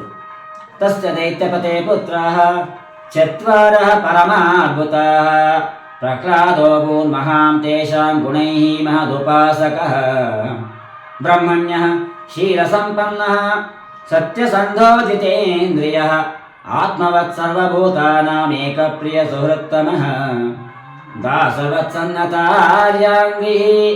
ಪಿತೃವದ್ದೀನವತ್ಸಲಃ ಭ್ರಾತೃವತ್ಸದೃಶೇ ಸ್ನಿಗ್ಧೋ ಗುರುರೀಶ್ವರ ಭಾವನಃ ವಿದ್ಯಾರ್ಥರೂಪ ಜನ್ಮಾಢ್ಯೋ ಮಾನಸ್ತಂಭ ವಿವರ್ಜಿತಃ. ದೈತ್ಯರಾಜದ ಹಿರಣ್ಯಕಶಿಪುವಿಗೆ 4 ಪುತ್ರರಿದ್ದರು. ಅವರಲ್ಲಿ ಪ್ರಹ್ಲಾದನು ವಯಸ್ಸಿನಲ್ಲಿ ಎಲ್ಲರಿಗಿಂತಲೂ ಚಿಕ್ಕವನಾಗಿದ್ದರೂ ಕೂಡ ಗುಣಗಳಲ್ಲಿ ಎಲ್ಲರಿಗಿಂತಲೂ ದೊಡ್ಡವನಾಗಿದ್ದನು. ಬ್ರಾಹ್ಮಣರಲ್ಲಿ ಭಕ್ತಿಯುಳ್ಳವನಾಗಿದ್ದನು. ಸೌಮ್ಯ ಸ್ವಭಾವದವನು, ಸತ್ಯವಂತನು, ಜಿತೇಂದ್ರಿಯನೂ ಆಗಿದ್ದನು. ಎಲ್ಲ ಪ್ರಾಣಿಗಳೊಂದಿಗೆ ತನ್ನಂತೆಯೇ ಸಮತೆಯಿಂದ ವರ್ತಿಸುತ್ತಿದ್ದನು. ಎಲ್ಲರ ಏಕಮಾತ್ರ ಪ್ರಿಯನೂ ನಿಜವಾದ ಹಿತೈಷಿಯೂ ಆಗಿದ್ದನು. ಹಿರಿಯರ ಚರಣಗಳಲ್ಲಿ ಸೇವಕನಂತೆ ತಲೆಬಾಗುತ್ತಿದ್ದನು. ಬಡವರ ಮೇಲೆ ತಂದೆಯಂತೆಯೇ ಸ್ನೇಹವಿರಿಸಿದ್ದನು. ಸಮವಯಸ್ಕರಲ್ಲಿ ಸೋದರನಂತೆ ಪ್ರೇಮವಿರಿಸಿದ್ದನು. ಗುರುಗಳಲ್ಲಿ ಭಗವದ್ಭಾವವನ್ನೇ ಹೊಂದಿದ್ದನು. ವಿದ್ಯೆ, ಧನ, ಸೌಂದರ್ಯ ಮತ್ತು ಕುಲೀನತೆಗಳಿಂದ ಸಂಪನ್ನನಾಗಿದ್ದರೂ ಕೂಡ ಅವನಲ್ಲಿ ಅಹಂಕಾರ, ಮತ್ಸರ ಎಳ್ಳಷ್ಟು ಇರಲಿಲ್ಲ. ಅವನು ಹುಟ್ಟಿನಿಂದ ರಾಕ್ಷಸನಾಗಿದ್ದರೂ ಕೂಡ ಅವನಲ್ಲಿ ರಾಕ್ಷಸ ಸ್ವಭಾವವು ಕಿಂಚಿತ್ತಾದರೂ ಇರಲಿಲ್ಲ. ಅವನ ಮನಸ್ಸಿನಲ್ಲಿ ಭಗವಂತನದೇ ಬೇರೆ ಯಾವುದರ ಅಭಿಲಾಷೆಯೂ ಇರಲಿಲ್ಲ. ಅವನ ಮಹಿಮೆಯನ್ನು ಹೇಳುವುದಕ್ಕೆ ಎಣಿಸಲಾರದ ಸದ್ಗುಣಗಳನ್ನು ಹೇಳುವ ಅವಶ್ಯಕತೆ ಇರಲಿಲ್ಲ. ಒಂದೇ ಒಂದು ಗುಣವನ್ನು ಹೇಳಿದರೆ ಸಾಕು, ಅವನಿಗೆ ಭಗವಂತನಾದ ಮಹಾವಿಷ್ಣುವಿನಲ್ಲಿ ಸ್ವಾಭಾವಿಕ ಜನ್ಮಜಾತ ಪ್ರೇಮವಿತ್ತು. ದೈತ್ಯರು ಪರಮಪೂಜ್ಯರಾದಂತಹ ಶುಕ್ರಾಚಾರ್ಯರನ್ನು ತಮ್ಮ ಪುರೋಹಿತನನ್ನಾಗಿಸಿಕೊಂಡಿದ್ದರು. ಪೌರೋಹಿತ್ಯಾಯ ಭಗವಾನುತ ಕಾವ್ಯ ಕಿಲಾಸುರೈಃ ಚಂಡಾಮರ್ಕೌ ಸುತೌ ತಸ್ಯ ದೈತ್ಯರಾಜ ಗೃಹಾಂತಿಕೆ ತೌರಾಜ್ಞಾ ಪ್ರಾಪಿತಂ ಬಾಲಂ ಪ್ರಹ್ಲಾದಂ ನಯಕೋವಿದಂ ಪಾಠಯಾಮಾಸತೋ ಪಾಠ್ಯಾನ್ ಅನ್ಯಾಂಶ ಅಸುರ ಬಾಲಕಾನ್. ದೈತ್ಯರು ಪರಮಪೂಜ್ಯರಾದಂತಹ ಶುಕ್ರಾಚಾರ್ಯರನ್ನು ತಮ್ಮ ಪುರೋಹಿತನನ್ನಾಗಿಸಿಕೊಂಡಿದ್ದರು. ಅವರಿಗೆ ಚಂಡ, ಅಮರ್ಕ ಎಂಬ 2 ಪುತ್ರರಿದ್ದರು. ಅವರಿಬ್ಬರು ದೈತ್ಯರಾಜನ ಅರಮನೆಯ ಬಳಿಯೇ ಇದ್ದು ಪ್ರಹ್ಲಾದನಿಗೆ ಮತ್ತು ಇತರ ದೈತ್ಯ ಬಾಲಕರಿಗೆ ರಾಜನೀತಿ ಮತ್ತು ಅರ್ಥಶಾಸ್ತ್ರಗಳನ್ನು ಕಲಿಸುತ್ತಿದ್ದರು. ಪ್ರಹ್ಲಾದನು ಗುರುಗಳು ಹೇಳಿಕೊಟ್ಟ ಪಾಠವನ್ನು ಶ್ರದ್ಧೆಯಿಂದ ಕೇಳುತ್ತಿದ್ದನು ಮತ್ತು ಗುರುಗಳಿಗೆ ಹಾಗೆಯೇ ಒಪ್ಪಿಸುತ್ತಿದ್ದನು. ಆದರೆ ಆ ಪಾಠಗಳು ಸರಿ ಎಂದು ಅವನ ಮನಸ್ಸು ಒಪ್ಪುತ್ತಿರಲಿಲ್ಲ. ಏಕೆಂದರೆ ಆ ಪಾಠಗಳ ಮೂಲಾಧಾರವು ತಾನು ಮತ್ತು ಪರರು ಎಂಬ ಮಿಥ್ಯಾಗ್ರಹವೇ ಆಗಿತ್ತು. ಒಂದು ದಿನ ಹಿರಣ್ಯಕಶಿಪು ಪ್ರಹ್ಲಾದನನ್ನು ಗುರುಕುಲದಿಂದ ಕರೆಸಿ ಪ್ರೀತಿಯಿಂದ ಕರೆದು, ಮಗು, ನೀನು ಗುರುಕುಲದಲ್ಲಿ ಕಲಿತಿರುವ ಪಾಠಗಳಲ್ಲಿ ಯಾವುದಾದರೂ ಒಂದು ಒಳ್ಳೆಯ ಪಾಠವನ್ನು ಹೇಳು ನೋಡೋಣ ಎಂದು ಕೇಳಿದಾಗ ಪ್ರಹ್ಲಾದನು ಹೇಳುತ್ತಾನೆ, ತತ್ಸಾಧು ಮನ್ಯೇ ಸ್ವರಭಯದೇಹಿನಾಂ ಸದಾ ಸಮುದ್ವಿಗ್ನ ದಿಯಾಮ ಸದ್ಗಹಾತ್ ಹಿತ್ವಾತ್ಮಪಾತಂ ಗೃಹಮಂದಕೂಪಂ ವನಂ ಗತೋ ಯಥರಿಮಾಶ್ರಯೇತ. ಅಪ್ಪ, ಪ್ರಪಂಚದಲ್ಲಿರುವಂತಹ ಮಾನವರು ನಾನು ನನ್ನದು ಎಂಬ ಮಿಥ್ಯಾಗ್ರಹಕ್ಕೆ ಬಿದ್ದು ಸದಾಕಾಲ ಅತ್ಯಂತ ಉದ್ವಿಗ್ನರಾಗಿರುತ್ತಾರೆ. ಅವರು ತಮ್ಮ ಅಧಃಪತನಕ್ಕೆ ಮೂಲ ಕಾರಣವಾದಂತಹ ಹುಲ್ಲು ಮುಚ್ಚಿರುವ ಕತ್ತಲೆಯ ಬಾವಿಯಂತಿರುವ ಈ ಮನೆ ಮಠಗಳನ್ನು ತೊರೆದು ಅರಣ್ಯಕ್ಕೆ ಹೋಗಿ ಭಗವಾನ್ ಶ್ರೀಹರಿಯಲ್ಲಿ ಶರಣ ಹೊಂದುವುದೇ ಸರಿ ಎಂದು ನಾನು ತಿಳಿಯುತ್ತೇನೆ ಎಂದು ಹೇಳುತ್ತಾನೆ. ಪ್ರಹ್ಲಾದನು ಹೀಗೆ ಶತ್ರುಪಕ್ಷವನ್ನು ಪ್ರಶಂಸೆ ಮಾಡುತ್ತಾ ಮಾತನಾಡುತ್ತಿರುವುದನ್ನು ಕಂಡು ಹಿರಣ್ಯಕಶಿಪು ಗಹಗಹಿಸಿ ನಕ್ಕನು. ಶುತ್ವಾ ಪುತ್ರಗಿರೋ ದೈತ್ಯ ಪರಪಕ್ಷ ಸಮಾಹಿತಃ ಜಹಾಸ ಬುದ್ಧಿರ್ಬಾಲಾನಾಂ ವಿದ್ಯತೆ ಪರಬುದ್ಧಿವಿಹಿ. ಪ್ರಹ್ಲಾದನಿಗೆ ಶತ್ರುಪಕ್ಷವನ್ನು ಪ್ರಶಂಸೆ ಮಾಡುತ್ತಾ ಮಾತನಾಡುತ್ತಿರುವುದನ್ನು ಕಂಡು ಹಿರಣ್ಯಕಶಿಪು ಗಹಗಹಿಸಿ ನಕ್ಕನು. ಇತರರು ಆಡುವ ಒಡಕು ಮಾತುಗಳಿಂದ ಮಕ್ಕಳ ಬುದ್ಧಿಯು ಕೆಟ್ಟು ಹೋಗುತ್ತದೆ. ಗುರುಗಳ ಮನೆಯಲ್ಲಿ ವಿಷ್ಣುವಿನ ಪಕ್ಷಪಾತಿಗಳಾದ ಯಾರೋ ಬ್ರಾಹ್ಮಣರು ವೇಷ ಬದಲಿಸಿ ವಾಸ ಮಾಡುತ್ತಾರೆ ಎಂದು ಕಾಣುತ್ತದೆ. ಆದ್ದರಿಂದ ನಮ್ಮ ಮಗುವಿನ ಬುದ್ಧಿ ಕೆಡದಂತೆ ಸರಿಯಾಗಿ ನೋಡಿಕೊಳ್ಳಿ ಎಂದು ಗುರುಗಳಿಗೆ ಎಚ್ಚರಿಕೆ ನೀಡಿದನು. ಪುನಃ ಪ್ರಹ್ಲಾದನನ್ನು ಗುರುಕುಲಕ್ಕೆ ಕಳುಹಿಸಿಕೊಟ್ಟನು. ಗುರುಗಳು ಪ್ರಹ್ಲಾದನನ್ನು ಸವಿಮಾತುಗಳಿಂದ ಹತ್ತಿರ ಕರೆದು, ವತ್ಸ ಪ್ರಹ್ಲಾದ ಭದ್ರಂತೆ ಸತ್ಯಂ ಕಥಯಮಾಮೃಷ ಬಾಲಾನತಿ ಕುತಸ್ತುಭ್ಯಂ ಏಷ ಬುದ್ಧಿರ್ವಿಪರ್ಯಯ. ಮಗು ಪ್ರಹ್ಲಾದ, ನಿನಗೆ ಮಂಗಳವಾಗಲಿ. ನಿಜವಾಗಿ ಹೇಳು, ಸುಳ್ಳು ಹೇಳಬೇಡ. ನಿನ್ನ ಬುದ್ಧಿಯು ಏಕೆ ಹೀಗೆ ತಲೆಕೆಳಗಾಯಿತು? ಬೇರೆ ಯಾವ ಹುಡುಗರು ಹೀಗಾಗಿಲ್ಲವಲ್ಲ. ಕುಲಮಣಿಯೇ ಮಗು, ನಿನ್ನ ಗುರುಗಳಾದ ನಾವು ಇದನ್ನು ತಿಳಿಯ ಬಯಸುತ್ತೇವೆ. ನಿನ್ನ ಬುದ್ಧಿಯು ತಾನಾಗಿಯೇ ಹೀಗಾಯಿತು ಅಥವಾ ಬೇರೆ ಯಾರಾದರೂ ನಿಜವಾಗಿ ನಿನ್ನನ್ನು ಪ್ರಚೋದಿಸಿರುವರೇ ಹೇಳು ಮಗು ಎಂದು ಕೇಳಿದಾಗ ಪ್ರಹ್ಲಾದನು ಹೇಳುತ್ತಾನೆ, ಗುರುಗಳೇ, ಯಾರ ಬುದ್ಧಿಯು ಮೋಹದಿಂದ ಗ್ರಸ್ತವಾಗಿದೆಯೋ ಅಂತಹವನಿಗೆ ಭಗವಂತನ ಮಾಯೆಯಿಂದ ಇವನು ನನ್ನವನು ಇವನು ಬೇರೆಯವನು ಎಂಬ ಅಸತ್ ದುರಾಗ್ರಹವು ಉಂಟಾಗುತ್ತದೆ. ಈ ಮಾಯೆಗೆ ಅಧಿಪತಿಯಾದಂತಹ ಭಗವಂತನಿಗೆ ನಮಸ್ಕರಿಸುತ್ತೇನೆ. ಗುರುಗಳೇ, ಭಗವಂತನು ಕೃಪೆ ತೋರಿದಾಗಲೇ ಮನುಷ್ಯರ ಪಾಶವಿಕ ಬುದ್ಧಿಯು ನಾಶವಾಗುತ್ತದೆ. ಈ ಮನುಷ್ಯರ ಪಾಶವಿಕ ಬುದ್ಧಿಯಿಂದಲೇ ಇವನು ನನ್ನವನು ಇವನು ನನ್ನಿಂದ ಬೇರೆಯವನು ಎಂಬ ಭೇದ ಭಾವವು ಉಂಟಾಗುತ್ತದೆ. ಆ ಭಗವಂತನೇ ನನ್ನ ಬುದ್ಧಿಯನ್ನು ಕೆಡಿಸಿರುವನು. ಗುರುಗಳೇ, ಸೂಜಿಗಳಿನ ಕಡೆಗೆ ಕಬ್ಬಿಣವು ತಾನಾಗಿಯೇ ಸೆಳೆಯಲ್ಪಟ್ಟು ಆಕರ್ಷಿಸಲ್ಪಡುವಂತೆ ಚಕ್ರಪಾಣಿಯಾದ ಭಗವಂತನ ಸ್ವತಂತ್ರ ಇಚ್ಛೆಯಿಂದಲೇ ನನ್ನ ಮನಸ್ಸು ಈ ಪ್ರಪಂಚದಿಂದ ಬೇರೆಯಾಗಿ ಆತನ ಕಡೆಗೆ ಬಲವಂತವಾಗಿ ಸೆಳೆಯಲ್ಪಡುತ್ತಿದೆ ಎಂದು ಮಹಾಜ್ಞಾನಿಯಾದ ಪ್ರಹ್ಲಾದನು ಹೇಳಿ ಸುಮ್ಮನಾದನು. ಬಡಪಾಯಿಗಳಾದ ದೈತ್ಯ ಗುರುಗಳು ಹಾಗೂ ರಾಜಸೇವಕರು ಪರಾಧೀನರಾಗಿದ್ದರು. ಅವರು ಪ್ರಹ್ಲಾದನ ಮಾತುಗಳನ್ನು ಕೇಳಿ ಅವನ ಮೇಲೆ ಕೋಪಗೊಂಡು ಅವನನ್ನು ಬೆದರಿಸಿ ಗದರಿಸಿ ಅವನಿಗೆ ಧರ್ಮ ಅರ್ಥ ಕಾಮ ಸಂಬಂಧವಾದ ಶಿಕ್ಷಣವನ್ನು ಕೊಟ್ಟರು. ಕೆಲವು ದಿನಗಳ ನಂತರ ಪ್ರಹ್ಲಾದನನ್ನು ಅವನ ತಾಯಿಯ ಬಳಿಗೆ ಕರೆತಂದರು. ಪ್ರಹ್ಲಾದನ ತಾಯಿಯು ಅವನಿಗೆ ಸ್ನಾನ ಮಾಡಿಸಿ ಉಡುಗೆ ತೊಡುಗೆಗಳಿಂದ ಅಲಂಕರಿಸಿದಳು. ಪುನಃ ಪ್ರಹ್ಲಾದನನ್ನು ಹಿರಣ್ಯಕಶಿಪುವಿನ ಬಳಿಗೆ ಕರೆತಂದರು. ಪ್ರಹ್ಲಾದನು ತನ್ನ ತಂದೆಯ ಪಾದಕ್ಕೆ ನಮಸ್ಕರಿಸಿದನು. ಹಿರಣ್ಯಕಶಿಪು ಪರಮಾನಂದನಾಗಿ ಅವನನ್ನು ತನ್ನ ಎರಡೂ ಕೈಗಳಿಂದ ಎತ್ತಿಕೊಂಡು ತನ್ನ ತೊಡೆಯ ಮೇಲೆ ಪ್ರೀತಿಯಿಂದ ಕೂರಿಸಿಕೊಂಡು ಆಶೀರ್ವದಿಸಿದನು. ಅವನ ತಲೆಯನ್ನು ಆಘ್ರಾಣಿಸಿದನು. ಅವನ ಕಣ್ಣಿನಿಂದ ಪ್ರೇಮದ ಕಣ್ಣೀರು ಹರಿಯತೊಡಗಿತು. ಪ್ರಹ್ಲಾದನನ್ನು ಕುರಿತು, ಮಗು, ಚಿರಂಜೀವಿಯಾಗು. ನೀನು ಗುರುಕುಲದಲ್ಲಿ ಎಷ್ಟು ದಿವಸ ಕಲಿತಿರುವ ಪಾಠಗಳಲ್ಲಿ ನಿನಗೆ ಯಾವುದು ಒಳ್ಳೆಯದು ಎಂದು ಅನಿಸುತ್ತದೆಯೋ ಅದನ್ನು ಹೇಳು ನೋಡೋಣ ಎಂದು ಕೇಳಿದಾಗ ಪ್ರಹ್ಲಾದನು ಹೇಳುತ್ತಾನೆ, ಶ್ರವಣಂ ಕೀರ್ತನಂ ವಿಷ್ಣು ಸ್ಮರಣಂ ಪಾದ ಸೇವನಂ ಅರ್ಚನಂ ವಂದನಂ ದಾಸ್ಯಂ ಸಖ್ಯಂ ಆತ್ಮನಿವೇದನಂ. ತೀರ್ಥರೂಪರೇ, ಭಗವಾನ್ ವಿಷ್ಣುವಿನ ಭಕ್ತಿಯಲ್ಲಿ 9 ಭೇದಗಳಿವೆ. ಭಗವಂತನ ಗುಣ, ಲೀಲೆ ಇವುಗಳನ್ನು ಕೇಳುವುದು, ಅವನನ್ನೇ ಕೀರ್ತಿಸುವುದು, ಅವನ ನಾಮರೂಪಾದಿಗಳನ್ನು ಸ್ಮರಿಸುವುದು, ಅವನ ಚರಣಗಳ ಸೇವೆ ಮಾಡುವುದು, ಪೂಜೆ ಅರ್ಚನೆ ಮಾಡುವುದು, ವಂದಿಸುವುದು, ದಾಸನಾಗುವುದು, ಸತ್ಯವಿರಿಸುವುದು, ಆತ್ಮನಿವೇದನೆ ಮಾಡಿಕೊಳ್ಳುವುದು. ಭಗವಂತನ ಕುರಿತು ಸಮರ್ಪಣ ಭಾವದಿಂದ ಈ 9 ಪ್ರಕಾರದ ಭಕ್ತಿಯನ್ನು ಮಾಡಿದರೆ ನಾನು ಅದನ್ನೇ ಉತ್ತಮ ಅಧ್ಯಯನ ಎಂದು ತಿಳಿಯುತ್ತೇನೆ ಎಂದು ಹೇಳುತ್ತಾನೆ. ಪ್ರಹ್ಲಾದನ ಈ ಮಾತುಗಳನ್ನು ಕೇಳುತ್ತಲೇ ಹಿರಣ್ಯಕಶಿಪು ಕ್ರೋಧಾಂಧನಾಗಿ ಅವನ ತುಟಿಗಳು ಅದುರತೊಡಗಿದವು. ಗುರುಗಳನ್ನು ಕರೆದು, ಎಲ್ಲವೋ ಬ್ರಾಹ್ಮಣಾದವನೇ, ನೀನು ಎಂತಹ ಪಿತೂರಿಯನ್ನು ಮಾಡಿದ್ದೀಯಾ? ದುರ್ಬುದ್ಧಿಯವನೇ, ನನ್ನನ್ನು ಸ್ವಲ್ಪವೂ ಲಕ್ಷಿಸದೆ ಈ ಹುಡುಗನಿಗೆ ಇಂತಹ ನಿಸ್ಸಾರವಾದ ಶಿಕ್ಷಣವನ್ನು ಕೊಟ್ಟಿದ್ದೀಯಾ? ನೀನು ಖಂಡಿತವಾಗಿ ನನ್ನ ಶತ್ರುವಿನ ಆಶ್ರಿತನಾಗಿರುವೆ. ಜಗತ್ತಿನಲ್ಲಿ ಹಿಂದಿನ ಸ್ನೇಹಿತರಂತೆ ಮುಂದೆ ನಟಿಸಿ ಹಿಂದಿನಿಂದ ಶತ್ರುವಿನಂತೆ ಕಾರ್ಯ ಮಾಡುವ ದುಷ್ಟರಿಗೇನು ಕೊರತೆ ಇಲ್ಲ. ಆದರೆ ಮರೆಯಲ್ಲಿ ಮಾಡಿದ ಪಾಪವು ಸಮಯ ಬಂದಾಗ ರೋಗದ ರೂಪದಲ್ಲಿ ಪ್ರಕಟಗೊಂಡು ಬಯಲಾಗುವಂತೆ ನಿನ್ನಂತಹವರ ಮೋಸವು ಬಹಿರಂಗಕ್ಕೆ ಬಂದೇ ಬರುವುದು ಎಂದು ಗುರುಗಳಿಗೆ ಹೇಳಿದಾಗ ಗುರುಗಳು ಹೇಳುತ್ತಾರೆ, ನ ಮತ್ಪ್ರಣೀತಂ ನ ಪರಪ್ರಣೀತಂ ಸುತೋ ವದತ್ಯೇಷ ತವೇಂದ್ರ ಶತ್ರೋ ನೈಸರ್ಗಿಕೀಯಂ ಮತಿರಸ್ಯ ರಾಜಂ ಯಚ್ಚ ಮನ್ಯಂ ಕದದಾ ಸ್ಮಮಾನಃ. ಇಂದ್ರಶತ್ರುವೇ, ನಿಮ್ಮ ಪುತ್ರನು ಹೇಳುತ್ತಿರುವುದು ಖಂಡಿತವಾಗಿ ನಾವು ಹೇಳಿಕೊಟ್ಟಿದ್ದಲ್ಲ ಅಥವಾ ಬೇರೆ ಯಾರಿಂದಲೂ ಕಲಿತಿದ್ದೂ ಅಲ್ಲ. ರಾಜನೇ ಇದಾದರೂ ಇವನ ಸ್ವಾಭಾವಿಕ ಬುದ್ಧಿಯಾಗಿದೆ. ದಯವಿಟ್ಟು ಕೋಪವನ್ನು ಶಾಂತಪಡಿಸಿಕೊಳ್ಳಿ, ವ್ಯರ್ಥವಾಗಿ ನಮ್ಮ ಮೇಲೆ ದೋಷವನ್ನು ಹೊರಿಸಬೇಡಿ.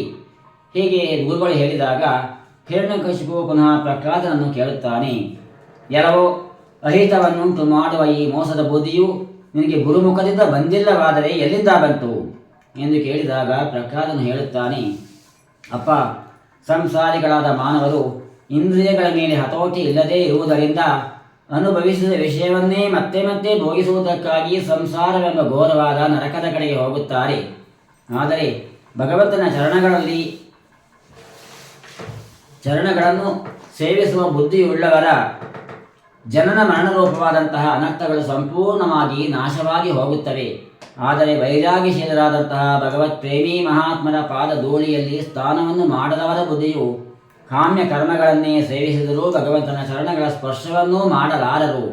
ಇಷ್ಟು ಹೇಳಿ ಪ್ರಹ್ಲಾದನು ಸುಮ್ಮನಾದನು. ಪ್ರಹ್ಲಾದನ ಮಾತುಗಳನ್ನು ಕೇಳಿ ಹಿರಣ್ಯಕಶಿಪು ಕ್ರೋಧಾಂಧನಾಗಿ ಅವನನ್ನು ತನ್ನ ತೊಡೆಯ ಮೇಲಿಂದ ಎತ್ತಿ ಭೂಮಿಯ ಮೇಲೆ ಅಪ್ಪಳಿಸಿದನು. ಸೇವಕರನ್ನು ಕುರಿತು ಈ ರೀತಿ ಆಜ್ಞೆ ಮಾಡಿದನು, ಅಯಂ ಮೇ ಭ್ರಾತೃ ಸೋಯಂ ಹಿತ್ವಾ ಸ್ವಾಂ ಸುಹೃದೋದಮಃ ಪಿತೃವ್ಯ ಕಂತು ಯಪ್ಪಾದೌ ವಿಷ್ಣೋ ದಾಸವದರ್ಶತಿ. ಎಲೈ ಸೇವಕರೇ, ಈತನನ್ನು ಇಲ್ಲಿಂದ ಹೊರಗಡೆ ಎಳೆದುಕೊಂಡು ಹೋಗಿ ಕೊಂದು ಹಾಕಿ. ಈತನು ಕೊಲ್ಲಲು ಯೋಗ್ಯನಾಗಿದ್ದಾನೆ. ನೀಚನಾದ ಈತನು ತನ್ನ ಸ್ನೇಹಿತರನ್ನು ಬಂದು ಬಳಗದವರನ್ನು ತೊರೆದು ತನ್ನ ಚಿಕ್ಕಪ್ಪನನ್ನು ಕೊಂದು ಹಾಕಿದಂತಹ ವಿಷ್ಣುವಿನ ಚರಣಗಳನ್ನು ದಾಸನಂತೆ ಪೂಜಿಸುತ್ತಿದ್ದಾನಲ್ಲ. ನನ್ನ ತಮ್ಮನನ್ನು ಕೊಂದ ವಿಷ್ಣುವೇ ಇವನ ರೂಪದಲ್ಲಿ ಬಂದಿರಬಹುದು. ಇವನು ನನಗೆ ಅಹಿತವನ್ನೇ ಮಾಡುವವನಾಗಿದ್ದಾನೆ. ಸ್ವಜನರ ವೇಷವನ್ನು ಧರಿಸಿರುವ ಶತ್ರುವೇ ಆಗಿದ್ದಾನೆ. ಈತನು ವಿಶ್ವಾಸಕ್ಕೆ ಯೋಗ್ಯನಲ್ಲ. ಆದ್ದರಿಂದ ಈತನನ್ನು ಕುಳಿತಿರುವಾಗಲಿ ಮಲಗಿರುವಾಗಲಿ ಯಾವುದೇ ಸಮಯದಿಂದಾದರೂ ಸರಿ ಈತನನ್ನು ಕೊಂದು ಹಾಕಿ ಎಂದು ಆಜ್ಞೆ ಮಾಡಿದನು. ಹಿರಣ್ಯಕಶಿಪುವಿನ ಆದೇಶದಂತೆ ದೈತ್ಯರು ಶೂಲವನ್ನೆತ್ತಿಕೊಂಡು ಕೊಲ್ಲಿರಿ, ಕಡಿಯಿರಿ ಎಂದು ಜೋರಾಗಿ ಕೂಗತೊಡಗಿದರು. ಪ್ರಹ್ಲಾದನು ಮಾತ್ರ ಸುಮ್ಮನೆ ಕುಳಿತಿದ್ದನು. ದೈತ್ಯರು ಶೂಲದಿಂದ ಪ್ರಹ್ಲಾದನಿಗೆ ತಿವಿಯುತ್ತಿದ್ದರು. ಆದರೆ ಪ್ರಹ್ಲಾದನ ಮನಸ್ಸು ಮಾತುಗಳಿಗೆ ಅಗೋಚರನಾಗಿ ಸರ್ವಾತ್ಮನಾಗಿ ಸರ್ವಸ್ಥ ಜಗತ್ತಿಗೂ ಆಧಾರನಾಗಿರುವಂತಹ ಪರಮಾತ್ಮ ಪರಬ್ರಹ್ಮನಲ್ಲಿ ನೆಟ್ಟು ಹೋಗಿತ್ತು. ಶೂಲಗಳ ತಿವಿತದಿಂದ ಪ್ರಹ್ಲಾದನ ಶರೀರದ ಮೇಲೆ ಯಾವುದೇ ಪರಿಣಾಮ ಆಗದಿದ್ದಾಗ ಹಿರಣ್ಯಕಶಿಪುವಿಗೆ ಭಾರಿ ಚಿಂತೆ ಉಂಟಾಯಿತು. ಅವನು ಆ ಬಾಲಕನನ್ನು ಕೊಲ್ಲಲು ಹಠತೊಟ್ಟು ಬಗೆ ಬಗೆಯ ಉಪಾಯಗಳನ್ನು ಮಾಡತೊಡಗಿದನು. ದಿಗ್ಗಜೈದಂಡ ಶೋಕೈಶ್ಚ ಅಭಿಚಾರಾವಪಾತನೈ ಚಕಾರ ತದ್ವದೋಪಾಯಾನ್ ನಿರ್ಬಂಧೇನ ಯುಧಿಷ್ಠಿರ. ಆತನು ಆ ಬಾಲಕನನ್ನು ದಿಗ್ಗಜಗಳಿಂದ ತುಳಿಸಿದನು, ವಿಷಸರ್ಪಗಳಿಂದ ಕಚ್ಚಿಸಿದನು, ಪುರೋಹಿತರಿಂದ ಅಭಿಚಾರಿಕ ಕೃತ್ಯಗಳನ್ನು ಮಾಡಿಸಿದನು, ಪರ್ವತದ ಶಿಖರಗಳಿಂದ ತಳ್ಳಿಸಿದನು, ಶಂಬರಾಸುರನಿಂದ ಅನೇಕ ವಿಧದ ಮಾಯೆಗಳನ್ನು ಮಾಡಿಸಿದನು, ಕತ್ತಲೆಯ ಕೋಣೆಯಲ್ಲಿ ಕೂಡಿ ಹಾಕಿದನು, ವಿಷ ಉಣಿಸಿದನು, ಆಹಾರ ಸೇವನೆಯನ್ನು ನಿಲ್ಲಿಸಿದನು, ದಗದಗನೆ ಉರಿಯುವ ಬೆಂಕಿಯಲ್ಲೂ ಕೊರೆಯುವ ಮಂಜಿನ ಮೇಲೂ ಸಮುದ್ರದಲ್ಲಿಯೂ ಮತ್ತೆ ಮತ್ತೆ ಹಾಕಿದನು, ಬಿರುಗಾಳಿಗೆ ಒಡ್ಡಿದನು, ಪರ್ವತದ ಕೆಳಗೆ ಅದುಮಿದನು. ಆದರೆ ಇವುಗಳಲ್ಲಿ ಯಾವುದೇ ಪ್ರಯತ್ನದಿಂದಲೂ ಕೂಡ ಜಿತೇಂದ್ರಿಯನಾದಂತಹ ಪ್ರಹ್ಲಾದನನ್ನು ಕೊಲ್ಲಲು ಸಾಧ್ಯವಾಗಲಿಲ್ಲ. ತನ್ನ ವಿವಶತೆಯನ್ನು ಕಂಡು ಹಿರಣ್ಯಕಶಿಪುವಿಗೆ ಭಾರಿ ಚಿಂತೆ ಶಂಕೆ ಉಂಟಾಯಿತು. ಆ ಬಾಲಕನನ್ನು ಕೊಲ್ಲಲು ಬೇರೆ ಯಾವ ಉಪಾಯವೂ ತೋಚಲಿಲ್ಲ. ಕೊನೆಗೆ ಅವನನ್ನು ಕೈಯಾರೆ ಕೊಂದು ಹಾಕಬೇಕು ಎಂದು ಯೋಚಿಸಿದನು, ನಿಶ್ಚಯ ಮಾಡಿಬಿಟ್ಟನು.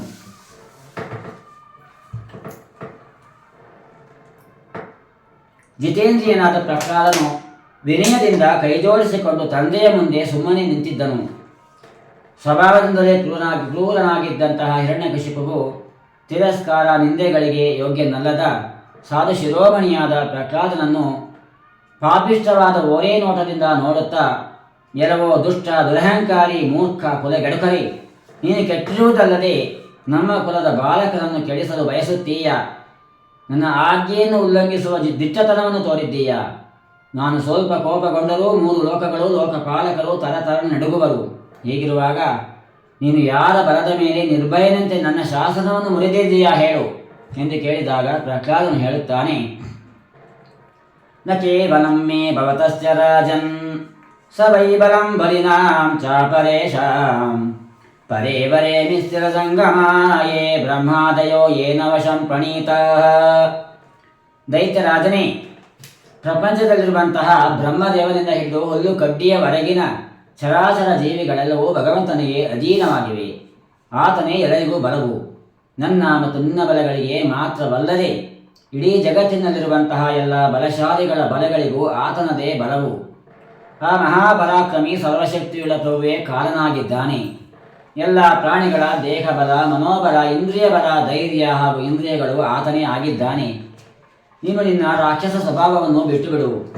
ಎಲ್ಲರಲ್ಲೂ ಸಮಾನತೆಯನ್ನು ತೋರಿಸು. ಪ್ರಪಂಚದಲ್ಲಿ ತನ್ನ ವಶದಲ್ಲಿರದೆ ಕೆಟ್ಟ ಮಾರ್ಗದಲ್ಲಿ ಸಂಚರಿಸುವ ಮನಸ್ಸಿಗಿಂತಲೂ ಬೇರೆಯಾದ ಶತ್ರು ಇಲ್ಲ. ಎಲ್ಲರಲ್ಲೂ ಸಮಾನತೆಯನ್ನು ತೋರಿಸುವುದೇ ಭಗವಂತನ ಅತಿ ದೊಡ್ಡ ಪೂಜೆಯಾಗಿದೆ. ನಾವು ಮೊದಲು ನಮ್ಮ ಇಂದ್ರಿಯಗಳೆಂಬ 6 ಜನ ಕಳ್ಳರನ್ನು ಗೆಲ್ಲದೆ ನಾವು 3 ಲೋಕಗಳನ್ನು ಗೆದ್ದಿದ್ದೇವೆ, 10 ದಿಕ್ಕುಗಳನ್ನೂ ಗೆದ್ದಿದ್ದೇವೆ ಎಂದು ಜಂಬ ಕೊಚ್ಚಿಕೊಳ್ಳುವವರು ಕಡುಮೂರ್ಖರು. ಎಲ್ಲರಲ್ಲೂ ಸಮಾನತೆಯನ್ನು ಹೊಂದಿದವರಿಗೆ ಅಜ್ಞಾನದಿಂದ ಉಂಟಾಗುವಂತಹ ಕಾಮಕ್ರೋಧಾದಿ ಶತ್ರುಗಳು ಹುಟ್ಟಿಕೊಂಡರೂ ಸತ್ತೇ ಹೋಗುವರು. ಹೀಗಿರುವಾಗ ಹೊರಗಿನ ಶತ್ರುಗಳು ಹೇಗೆ ತಾನೇ ಉಳಿಯಬಲ್ಲರು? ಇಷ್ಟು ಹೇಳಿ ಪ್ರಹ್ಲಾದನು ಸುಮ್ಮನಾದನು. ಪ್ರಹ್ಲಾದನ ಈ ಮಾತುಗಳನ್ನು ಕೇಳುತ್ತಲೇ ಹಿರಣ್ಯಕಶಿಪು ಕ್ರೋಧಾಂಧನಾಗಿ, ಎರವೋ ಮಂದ ಬುದ್ಧಿಯೇ, ನಿನ್ನ ಬೊಗಳಿಕೆಯು ಅತಿಯಾಯಿತು. ಈಗ ನೀನು ಸಾಯಲು ಬಯಸುತ್ತಿರುವುದು ಸದೃಢವಾಯಿತು. ಏಕೆಂದರೆ ಸಾಯಲು ಬಯಸುವವನು ಹೀಗೆ ತಲೆ ಬುಡವಿಲ್ಲದ ಮಾತನಾಡುತ್ತಾನೆ. ಎಲ್ಲವೋ ಮಂದಭಾಗ್ಯನೇ, ನನಗಿಂತಲೂ ಬೇರೆ ಇನ್ನಾವನೋ ಒಬ್ಬ ಜಗದೀಶ್ವರನಿರುವನೆಂದು ನೀನು ಹೇಳುತ್ತಿರುವೆಯಲ್ಲ. ಆ ಜಗದೀಶ್ವರನು ಎಲ್ಲಿರುವನು? ಅವನು ಎಲ್ಲೆಲ್ಲಿಯೂ ಇರುವನೇ? ಹಾಗಾದರೆ ಈ ಕಂಬದಲ್ಲಿ ಏಕೆ ಕಾಣಿಸುತ್ತಿಲ್ಲ? ನಿನಗೆ ಈ ಕಂಬದಲ್ಲಿ ಕಾಣಿಸುತ್ತಿರುವನೇ? ನೀನು ಏಕೆ ಹೀಗೆ ಜಂಬ ಕೊಚ್ಚಿಕೊಳ್ಳುವೆ? ನಾನು ಈಗಿಂದೀಗಲೇ ನಿನ್ನ ತಲೆಯನ್ನು ಕತ್ತರಿಸಿ ನಿನ್ನ ದೇಹದಿಂದ ಬೇರ್ಪಡಿಸುತ್ತೇನೆ. ಭಾಗವತೋತ್ತಮನಾದ ಪ್ರಹ್ಲಾದನನ್ನು ಪದೇ ಪದೇ ಜರಿಯುತ್ತಾ ಖಡ್ಗವನ್ನೆತ್ತಿಕೊಂಡು ಸಿಂಹಾಸನದಿಂದ ಮೇಲಕ್ಕೆ ನೆಗೆದು ಸಭಾ ಮಂಟಪದಲ್ಲಿದ್ದಂತಹ ಕಂಬವನ್ನು ಜೋರಾಗಿ ಮುಷ್ಟಿಯಿಂದ ಗುದ್ದಿದನು.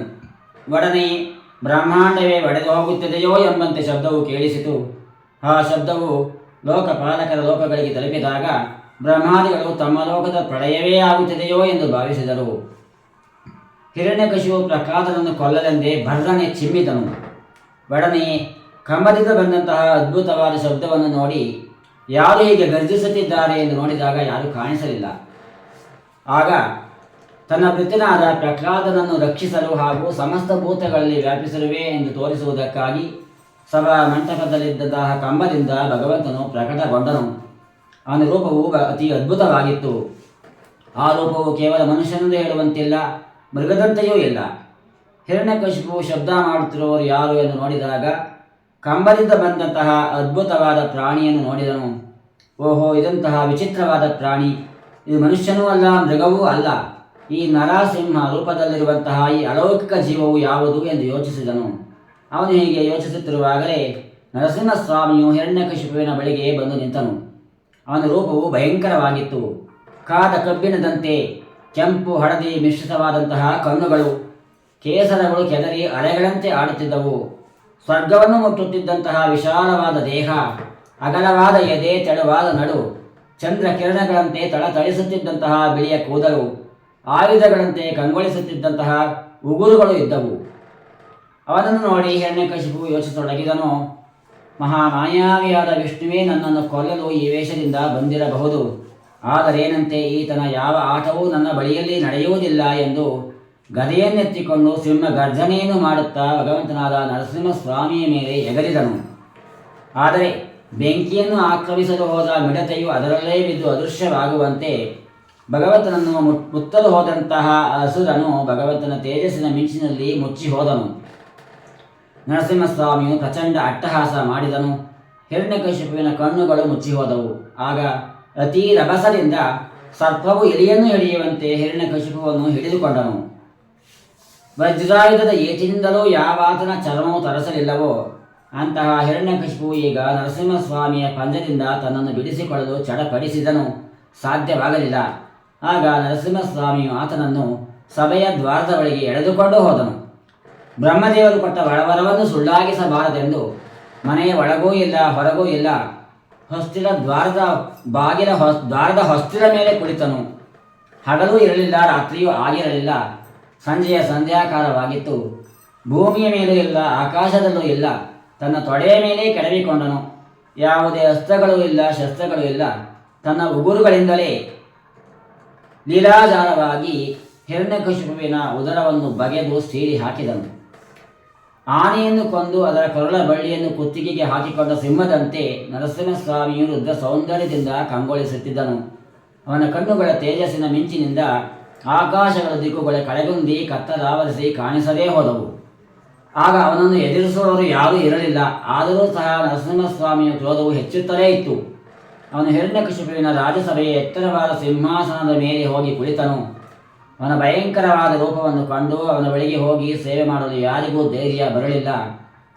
ಏವಂ ಸುರಾದಯ ಸರ್ವೇ ಬ್ರಹ್ಮರುದ್ರ ಪುರಸ್ಸರಾ ನೋಪೈತುಮಶಕನ್ಮನ್ಯು ಸಂಭ್ರಮ್ರಂ ಸುಧರಾಸದಂ. ಬ್ರಹ್ಮದೇವರು, ರುದ್ರದೇವರು ಮೊದಲಾದ ದೇವತೆಗಳೆಲ್ಲರೂ ದೂರದಿಂದಲೇ ಭಗವಂತನಾದ ನರಸಿಂಹಸ್ವಾಮಿಯನ್ನು ಸ್ತೋತ್ರ ಮಾಡಿದರೂ ಕೂಡ ಅವನ ಕ್ರೋಧಾವೇಶವನ್ನು ಶಾಂತಗೊಳಿಸಲು ಸಾಧ್ಯವಾಗಲಿಲ್ಲ. ಅವನ ಬಳಿಗೆ ಹೋಗಲು ಅವರಿಂದ ಶಕ್ಯವೂ ಆಗಲಿಲ್ಲ. ಆಗ ದೇವತೆಗಳೆಲ್ಲರೂ ಅವನ ಕ್ರೋಧವನ್ನು ಶಾಂತಗೊಳಿಸುವಂತೆ ಲೋಕಮಾತೆಯಾದಂತಹ ಮಹಾಲಕ್ಷ್ಮಿಯನ್ನು ಪ್ರಾರ್ಥಿಸಿಕೊಂಡರು. ಮಹಾಲಕ್ಷ್ಮಿಗೂ ಕೂಡ ತನ್ನ ಸ್ವಾಮಿಯ ಭಯಂಕರವಾದ ರೂಪವನ್ನು ನೋಡಿ ಹತ್ತಿರ ಹೋಗಲು ಧೈರ್ಯ ಬರಲಿಲ್ಲ. ಆಕೆ ತನ್ನ ಸ್ವಾಮಿಯ ಭಯಂಕರವಾದ ರೂಪವನ್ನು ಎಂದೂ ನೋಡಿರಲಿಲ್ಲ, ಕೇಳಿರಲಿಲ್ಲ. ಆಗ ಬ್ರಹ್ಮದೇವರು ತಮ್ಮ ಪುತ್ರನಾದಂತಹ ಹಿರಣ್ಯಕಶಿಪುವಿನ ಪುತ್ರನಾದಂತಹ ಪ್ರಹ್ಲಾದನನ್ನು ಕರೆದು, ನೆರವೋ ಪ್ರಹ್ಲಾದನೇ, ನಿನ್ನ ತಂದೆಯ ಮೇಲಲ್ಲವೇ ಭಗವಂತನು ಕೋಪಗೊಂಡಿದ್ದು, ನೀನೇ ಅವನ ಬಳಿಗೆ ಹೋಗಿ ಅವನನ್ನು ಶಾಂತಗೊಳಿಸು ಎಂದು ಹೇಳಿ ಭಗವಂತನ ಬಳಿಗೆ ಕಳುಹಿಸಿದನು. ಪ್ರಹ್ಲಾದಂ ಪ್ರೇಷಯಾಮಾಸ ಬ್ರಹ್ಮಾವಸ್ಥಿತಮಂತಿಕೆ ತಾತಪ್ರಶಮಯೋಪೇಹಿ ಸ್ವಪಿತ್ರೆ ಕುಪಿತಂ ಪ್ರಭುಂ ತಥೇತಿ ಶನಕೈರಾಜನ್ ಮಹಾಭಾಗವತೋರ್ಭಕಃ ಉಪೇತ್ಯ ಭುವಿ ಕಾಯೇನ ನನಾಮ ವಿದತಾಂಜಲಿ. ಪರಮ ಭಾಗವತ ಶ್ರೇಷ್ಠನಾದಂತಹ ಪ್ರಹ್ಲಾದನು ಅಪ್ಪಣೆ ಎಂದು ಮೆಲ್ಲಗೆ ಭಗವಂತನ ಬಳಿಗೆ ಹೋಗಿ ಕೈ ಜೋಡಿಸಿಕೊಂಡು ಭೂಮಿಯ ಮೇಲೆ ಸಾಷ್ಟಾಂಗ ನಮಸ್ಕಾರ ಮಾಡಿದನು. ಹೀಗೆ ಆ ಬಾಲಕನು ತನ್ನ ಪಾದ ಕಮಲದಲ್ಲಿ ನಮಸ್ಕರಿಸುವುದನ್ನು ನೋಡಿ ದೇವದೇವನ ಹೃದಯವು ಕರುಣೆಯಿಂದ ತುಂಬಿ ಬಂತು. ಕಾಡ ಸರ್ಪಕ್ಕೆ ಹೆದರಿದವರಿಗೆ ಅಭಯಪ್ರದಾನವನ್ನು ಮಾಡುವಂತಹ ತನ್ನ ಕರ ಕಮಲವನ್ನು ಪ್ರಹ್ಲಾದನ ಶಿರದಲ್ಲಿ ಇರಿಸಿದನು. ಭಗವಂತನ ಕರಗಳ ಸ್ಪರ್ಶವಾಗುತ್ತಲೇ ಪ್ರಹ್ಲಾದನಲ್ಲಿ ಉಳಿದಿದ್ದಂತಹ ಅಲ್ಪ ಸ್ವಲ್ಪ ಅಶುಭ ಸಂಸ್ಕಾರಗಳು ತೊಳೆದು ಹೋಗಿ ಅವನಿಗೆ ಭಗವಂತನ ಪರಮಾತ್ಮನ ತತ್ವದ ಸಾಕ್ಷಾತ್ಕಾರವಾಯಿತು. ಅವನ ಕಣ್ಣುಗಳಿಂದ ಆನಂದಾಶ್ರಗಳು ಹರಿಯುತ್ತಿದ್ದು ಶರೀರವೆಲ್ಲ ಪುಳಕಿತವಾಯಿತು. ಅವನು ಏಕಾಗ್ರವಾದ ಮನಸ್ಸಿನಿಂದ ಭಗವಂತನ ಗುಣಗಳನ್ನು ಚಿಂತಿಸುತ್ತಾ ಪರಮಾತ್ಮನನ್ನು ಹೇಮ ಗದ್ಗದ ವಾಣಿಯಿಂದ ಸ್ತೋತ್ರ ಮಾಡಿದನು. ಭಗವಂತನೇ, ಬ್ರಹ್ಮಾದಿ ದೇವತೆಗಳು ಋಷಿ ಮುನಿಗಳ ಸ್ತುತಿಗಳಿಂದ ಮತ್ತು ತಮ್ಮ ನಾನಾ ವಿಧವಾದ ಗುಣ ಅತಿಶಯಗಳಿಂದ ಇದುವರೆಗೂ ನಿನ್ನನ್ನು ಸಂತುಷ್ಟಗೊಳಿಸಲು ಸಾಧ್ಯವಾಗಲಿಲ್ಲ. ಮತ್ತೆ ನಾನಾದರೋ ಘೋರ ರಾಕ್ಷಸ ಜಾತಿಯಲ್ಲಿ ಹುಟ್ಟಿರುವೆ. ನಾನು ಶ್ರೀಹರಿಯನ್ನು ಸಂತುಷ್ಟಗೊಳಿಸಲು ಸಾಧ್ಯವೇ? ಧನ, ಶ್ರೇಷ್ಠ ಕುಲ, ರೂಪ, ತಪಸ್ಸು, ವಿದ್ಯೆ, ತೇಜಸ್ಸು, ಓಜಸ್ಸು, ಪ್ರಭಾವ, ಬಲ, ಪೌರುಷ, ಬುದ್ಧಿ ಮತ್ತು ಯೋಗ, ಈ 12 ಗುಣಗಳು ಭಗವಂತನನ್ನು ಸಂತುಷ್ಟಗೊಳಿಸಲು ಸಾಧ್ಯವಾಗಲಾರವು ಎಂದೇ ನಾನು ತಿಳಿಯುತ್ತೇನೆ. ಆದರೆ ಕೇವಲ ಭಕ್ತಿಯಿಂದಲೇ ಭಗವಂತನು ಗಜರಾಜನ ಮೇಲೂ ಸಂತುಷ್ಟಗೊಂಡಿದ್ದನು. ಈ 12 ಗುಣಗಳಿಂದ ಕೂಡಿದಂತಹ ಬ್ರಾಹ್ಮಣನು ಭಗವಂತನ ಚರಣ ಕಮಲಗಳಿಂದ ವಿಮುಖನಾಗಿದ್ದರೆ ಅವನಿಗಿಂತ ತನು ಮನಗಳನ್ನು ಭಗವಂತನ ಚರಣಗಳಲ್ಲಿ ಅರ್ಪಿಸುವ ಚಾಂಡಾಲನೇ ಶ್ರೇಷ್ಠ ಎಂದು ನಾನು ತಿಳಿಯುತ್ತೇನೆ. ಏಕೆಂದರೆ ಆ ಚಾಂಡಾಲನು ತಾನು ಪವಿತ್ರನಾಗುವುದೊಂದಿಗೆ ತನ್ನ ಕುಲವನ್ನು ಪವಿತ್ರಗೊಳಿಸುತ್ತಾನೆ. ಆದರೆ ದುರಭಿಮಾನಿಯಾದ ಬ್ರಾಹ್ಮಣನು ತನ್ನನ್ನೇ ತಾನು ಪವಿತ್ರಗೊಳಿಸಲಾರನು. ಭಗವಂತನೇ, ನೀನು ಸತ್ವಗುಣಕ್ಕೆ ಆಶ್ರಯನಾಗಿರುವೆ. ಈ ನರಸಿಂಹ ಅವತಾರವು ಅತ್ಯಂತ ಅದ್ಭುತವಾದ ಲೀಲೆಯೇ. ನೀನು ಯಾವ ಅಸುರನನ್ನು ಕೊಲ್ಲಲು ಕೋಪಗೊಂಡೆಯೋ ಅವನು ವಧಿಸಲ್ಪಟ್ಟನು. ಈಗ ನೀನು ನಿನ್ನ ಕೋಪವನ್ನು ಶಾಂತಗೊಳಿಸು. ಎಲ್ಲರೂ ನಿನ್ನ ಶಾಂತ ಸ್ವರೂಪವನ್ನು ನೋಡಲು ಕಾತುರರಾಗಿದ್ದಾರೆ. ನರಸಿಂಹಸ್ವಾಮಿಯೇ, ಭಯದಿಂದ ಮುಕ್ತರಾಗಲು ಎಲ್ಲರೂ ನಿನ್ನ ಈ ರೂಪವನ್ನು ಸ್ಮರಿಸುವರು. ಹೀಗೆ ಪ್ರಹ್ಲಾದನು ಭಗವಂತನನ್ನು ವಿಧ ವಿಧವಾಗಿ ಪ್ರಾರ್ಥಿಸಿದ ಸ್ತೋತ್ರ ಮಾಡುತ್ತಾ ಭಗವಂತನ ಚರಣಗಳಿಗೆ ತಲೆಬಾಗಿ ಸುಮ್ಮನಾದನು. ನರಸಿಂಹಸ್ವಾಮಿಯ ಕ್ರೋಧವು ಶಾಂತವಾಗಿ ಅತಿ ಪ್ರಸನ್ನತೆಯಿಂದ ಪ್ರಹ್ಲಾದನಿಗೆ ಹೇಳಿದನು. ಪ್ರಹ್ಲಾದ ಭದ್ರ ಭದ್ರಂತೆ ಪ್ರೀತೋಹಂತೆ ಅಸುರೋತ್ತಮ ವರಂ ವೃಣೀಶ್ವಾಭಿಮತಂ ಕಾಮರೂಪೋಸ್ಮ್ಯಹಂ ನೃಣಾಂ. ಭದ್ರ ಪ್ರಹ್ಲಾದನೇ, ನಿನಗೆ ಮಂಗಳವಾಗಲಿ. ಅಸುರೋತ್ತಮನೇ, ನಾನು ನಿನ್ನ ಮೇಲೆ ಅತ್ಯಂತ ಪ್ರಸನ್ನನಾಗಿದ್ದೇನೆ. ನಿನಗೆ ಇಷ್ಟವಾದ ವರವನ್ನು ಕೇಳು ಎಂದು ಹೇಳಿದಾಗ ಪ್ರಹ್ಲಾದನು ಹೇಳುತ್ತಾನೆ, ಪ್ರಭುವೇ, ಈಗಾಗಲೇ ಕಾಮಭೋಗಗಳಲ್ಲಿ ಆಸಕ್ತನಾಗಿರುವ ನನಗೆ ಇನ್ನೂ ಈ ವರಗಳ ಮೂಲಕ ಆಸೆ ಹುಟ್ಟಿಸಬೇಡ. ಜಗದ್ಗುರುವೇ, ನೀನು ವರವನ್ನು ಕೇಳಿಕೋ ಎಂದು ಹೇಳುತ್ತಿರುವುದು ನನ್ನನ್ನು ಪರೀಕ್ಷೆ ಮಾಡುವುದಕ್ಕೋಸ್ಕರ ಅಲ್ಲದೆ ಬೇರೆ ಯಾವ ಕಾರಣವೂ ಇರಲಾರದು. ನೀನು ನನಗೆ ಇಷ್ಟವಾದ ವರವನ್ನು ಕೊಡಲು ಬಯಸುವೆಯಾದರೆ ಯಜಿರಾಶೀಷಮೇ ಕಾಮಾನ್ ವರಾಂ ತ್ವಂ ವರದರ್ಶವ ಕಾಮಾನಾಮೃತ ಸಂರೋಹಂ ಭವತಸ್ತು ವೃಣೀವರಂ. ನೀನು ನನಗೆ ಇಷ್ಟವಾದ ವರವನ್ನು ಕೊಡಲು ಬಯಸುವೆಯಾದರೆ ನನ್ನ ಹೃದಯದಲ್ಲಿ ಯಾವುದೇ ಕಾಮನೆಯ ಬೀಜವು ಮೊಳೆಯದಂತೆ ವರವನ್ನು ಕರುಣಿಸು.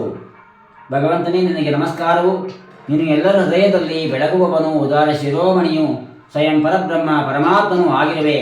ಅದ್ಭುತ ನರಸಿಂಹ ರೂಪವನ್ನು ಧರಿಸಿರುವಂತಹ ಶ್ರೀಹರಿಯ ಚರಣಗಳಲ್ಲಿ ಮತ್ತೆ ಮತ್ತೆ ನಮಸ್ಕರಿಸುತ್ತೇನೆ ಎಂದು ಹೇಳಿದಾಗ ಆಗ ನರಸಿಂಹಸ್ವಾಮಿಯು ಭಾಗವತೋತ್ತಮನಾದ ಪ್ರಹ್ಲಾದನೇ, ನಿನ್ನಂತಹ ಏಕಾಂತ ಭಕ್ತರು ಈ ಲೋಕದಲ್ಲಾಗಲಿ ಪರಲೋಕದಲ್ಲಾಗಲಿ ಯಾವುದೇ ವಸ್ತುವಿಗೆ ಎಂದಿಗೂ ಯಾವುದೇ ಆಸೆ ಪಡುವುದಿಲ್ಲ. ಆದರೂ ಸಹ ನೀನು ಒಂದು ಮನ್ವಂತರದವರೆಗೆ ನನ್ನ ಸಂತೋಷಕ್ಕಾಗಿ ಈ ಲೋಕದಲ್ಲಿ ಸಮಸ್ತ ದೈತ್ಯಾಧಿಪತಿಗಳ ಭೋಗವನ್ನು ಸ್ವೀಕರಿಸು. ನಿನ್ನ ಮಹಿಮೆಯನ್ನು ದೇವಲೋಕದಲ್ಲೂ ಗಾನ ಮಾಡುವರು. ನೀನು ಮಾಡಿದ ನನ್ನ ಸ್ತುತಿಯನ್ನು ಯಾರು ಕೇಳುವರೋ, ಜೊತೆಗೆ ನನ್ನನ್ನು ಮತ್ತು ನಿನ್ನನ್ನು ಸ್ಮರಿಸುವರೋ ಅವರು ಸಮಸ್ತ ಕರ್ಮಗಳ ಬಂಧನದಿಂದ ಮುಕ್ತರಾಗುವರು. ಹೀಗೆ ಹೇಳಿದಾಗ ಪ್ರಹ್ಲಾದನು ಪುನಃ ಹೇಳುತ್ತಾನೆ, ವರಂ ವರಯ ಏತತ್ತೇ ವರದೇಶಾಂ ಮಹೇಶ್ವರ ಯದನಿಂದ ಪಿತಾಮೇ ತ್ವಾಂ ಅವಿದ್ವಾಂ ತೇಜ ಐಶ್ವರಂ. ಭಗವಂತನೇ, ನೀನು ವರವನ್ನು ಕೊಡುವವರ ಸ್ವಾಮಿಯಾಗಿರುವೆ. ಆದ್ದರಿಂದ ನಾನು ನಿನ್ನಲ್ಲಿ ಇನ್ನೊಂದು ವರವನ್ನು ಕೇಳುತ್ತೇನೆ.